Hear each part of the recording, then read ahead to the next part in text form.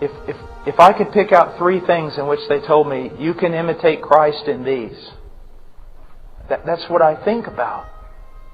Unconditional love,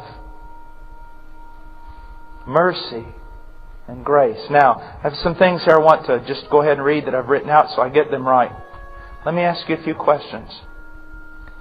How would you ever learn unconditional love if you were married to someone who met all the conditions? Question.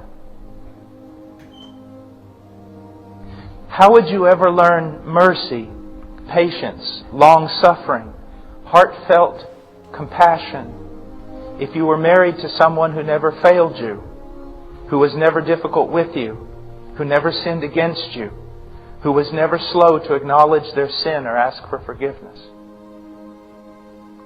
How would you ever learn grace, to pour out your favor on someone who did not deserve it if you were married to someone who was always deserving of all good things? Do you see that? Listen to me. The main purpose of marriage is that through your marriage you become conformed to the image of Jesus Christ.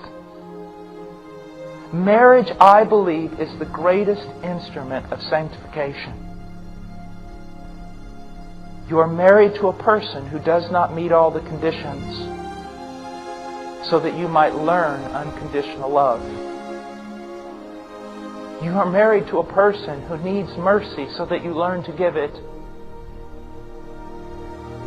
You are married to a person who does not deserve so that you learn to pour lavishly yourself out on a person who does not respond appropriately, and thus you become like the God you worship. You see, you worship God for these things, but you don't want to give them to others. You worship God for grace, but you demand that your wife live in such a way that she not be in need of it. You worship God for unconditional love, but you get mad at your own wife when she doesn't meet the conditions.